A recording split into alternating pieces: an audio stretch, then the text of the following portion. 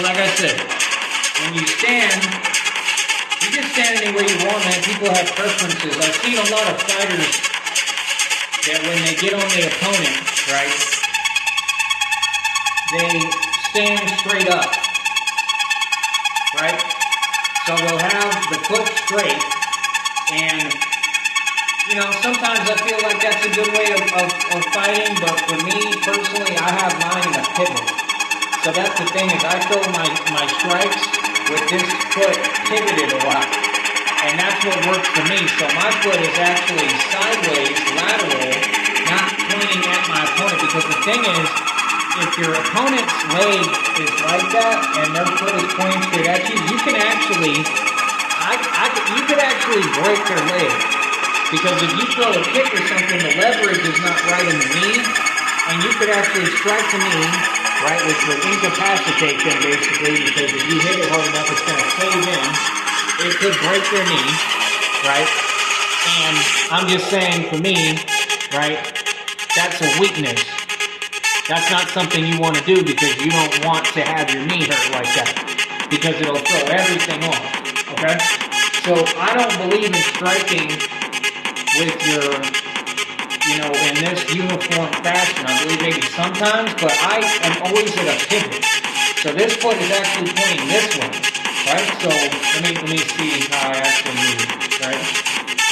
So my foot, yeah, is still at an angle, right? And that's what people don't get, is they think fighting you have to open up. See, y'all have it wrong and backwards. When you're open like that, when you're like this, you're shielded. You're protected for the most part. When you're like this, that's when you're vulnerable. Because you're opening up the whole frame. Even if you got your arms up, it's not going to do anything if you don't have any leverage. So that's why I don't believe in that. And you see a lot of fighters do it, like Conor McGregor. That's why I say Conor McGregor is way overrated. Floyd Mayweather, way overrated. Real talk. And you can know all these things. You can hit a speed bag as best as you can. You can be the best on the speed bag in the world. The speed bag means nothing. They talk about timing. That has nothing to do with timing, because punches are not thrown like this. Now, that's actually a punch that you can throw in 52. There actually is. You can actually go like that, and you can actually, you know, but it's not going to look in a circle. It's going to look like this. Right? But to just hit a speed bag and think you know what you're doing? How is that timing? You don't throw punches like this. Right? It's not a punch. The speed bag is pointless. It's just a show. It's to look cute. Right? It's usually for people who I believe are inexperienced fighters. Real talk. It has nothing to do with fighting. Understand that. Now you get on the heavy bag, you start moving that heavy bag, that has to do with fighting. That's another concept. You don't need to have a bob. You don't need to have a heavy bag. You don't need a bag at all. A bag is just showing you the power that you have in what you're doing. It's just an example. You don't need to have any of that. It's not resistance. When you train, you want resistance training. That's why you see me do a lot of diamond push-ups, right? Diamonds, because they build the triceps and the biceps. You see me do them here. Right? I'll pick the back leg up in the air. That helps. Just see me going higher and put my face in the diamond. And all that builds your body for this form of martial arts. Right? So, like I said, the main component of it is you want to be able to throw kicks and everything. Now, if you're doing boxing, there's no kicking allowed, so you can forget it. If I'm boxing, I'm going to fight like this. Right? I'm going to fight just like this and have my hands in, and they're not going to understand what he's doing. I also think that it's completely legal to block with your elbows in boxing, but nobody does it because they don't know 52. So when I introduce this into boxing, it's going to completely revolutionize boxing, because they're going to see a boxer who's using his elbows. I'm not going to strike with my elbows, I don't need to, but I'm able to block with the elbows, right? And the hands. See, that's what y'all don't get, is you're here, and they throw something, and then you're coming over the top. Right? And you see me do it. You've seen me do it in my matches, in my fights. You've seen me actually have people throw strikes at me, right? And I block it, right? And then come right back. But at the end of the day, whatever that strike is, you got to constantly practice that repetition to be as fast and quick as possible and have the most power behind it. Because all the power, again, is produced by your speed. Not how much weight you lift necessarily, not how big you are, but by the speed, right, behind what you're throwing, right? See how quick it is? You can't even catch up, you can't even measure it.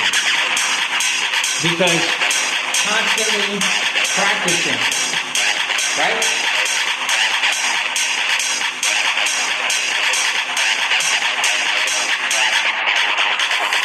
That's what measures your power within your punch.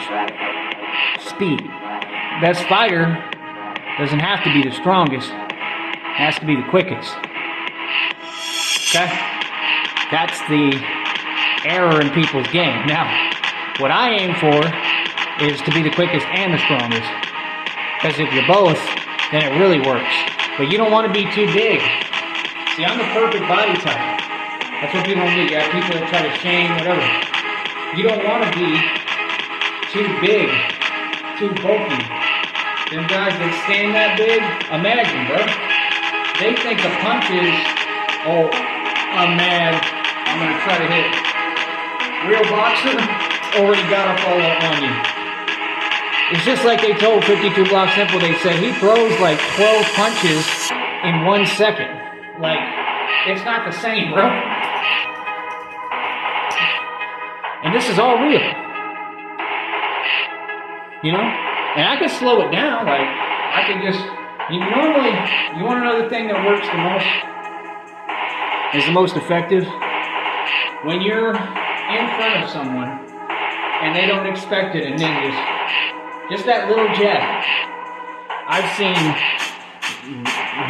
like, every fight I do, basically, the opponent gets their lip busted open every single time. I've seen lips get busted open. I've seen all sorts of stuff just from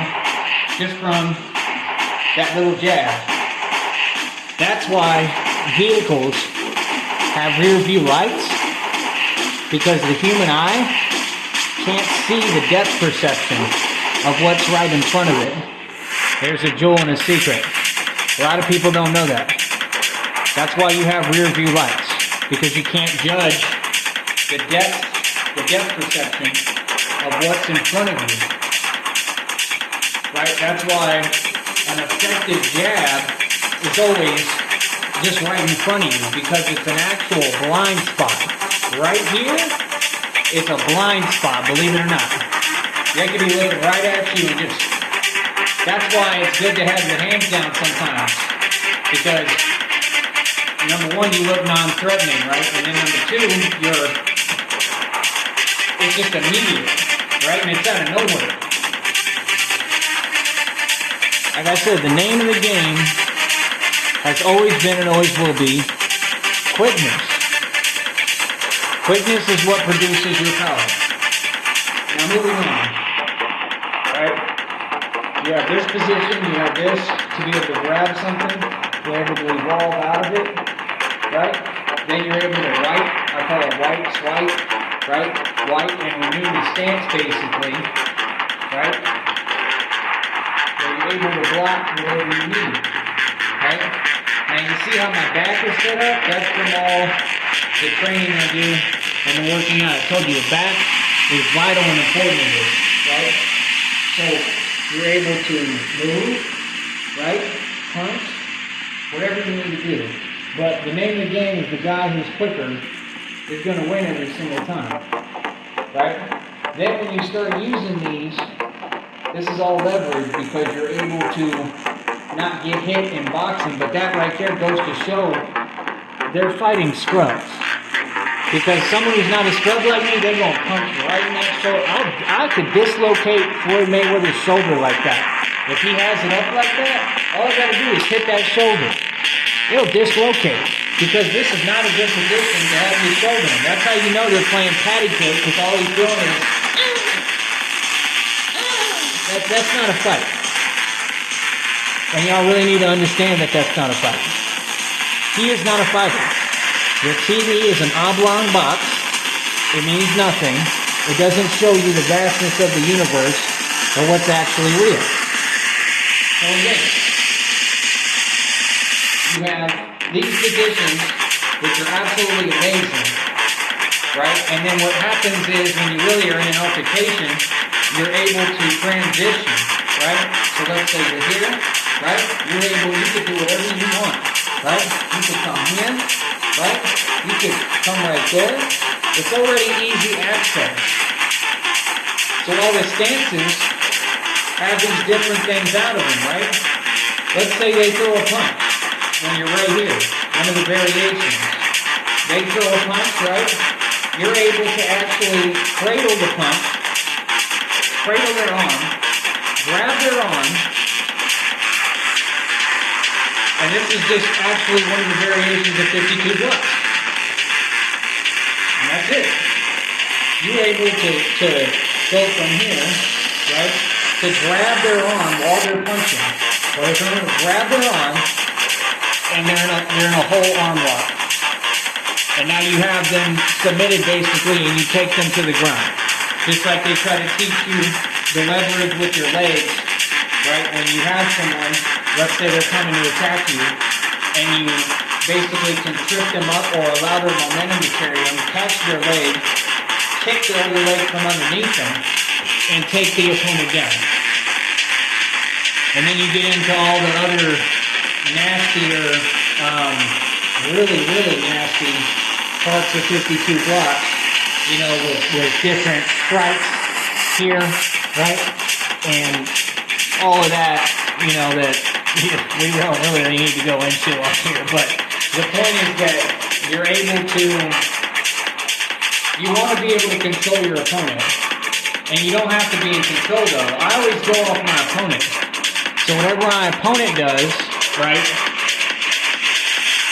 I react to kind of, but I'm already like a million steps ahead. Like Bruce Lee, what I realized, that's why he was like this, because he was so far ahead, he understood, like he was like in God control, right? But I don't think it would work with everyone. I don't think it would work with me, I really don't. But he was able to control, and you notice what he would do is very effective strikes. It's very simple. He just, right there. And there's nothing special about it. It didn't look special. But another thing you all don't understand is when you throw a punch, you don't have to throw it fast for it to have power. I throw little jabs sometimes that just tap someone if their lips busted open. Meaning, power doesn't necessarily come only from speed. These are all different components, okay? But that again translates into what I believe universal power and electrical charge in a human being, spiritual force, which is why that's a huge part of this, why this takes years to learn, okay? Years. Because you have to understand how to be able to do that, right? Right? Even if you throw it slowly, right? It's carrying all that power that's come through your spiritual force into the punch. And that's the absolute truth. So like I said, man, I hope that y'all enjoy it. Like I said, you can sign up for the course, cash at me, $Batman coin. Alright. We'll negotiate a price. Right now I'm doing $25 for an hour. And I'd like to even get that price a little higher, at least to like 50 for an hour session. But that's it, man. You know, I hope that you enjoy it, and it's just a preview of teaching you the whole actual system of 52 blocks and all the components and parts that come with it. And I can break down the kicks, the whole system, the fitness, the spirituality behind it, the working out, everything, the way you have to train, what you even have to eat, all of that. Alright? So get at me. We need more clients. And that's it, man. It's a business. Alright? Holla.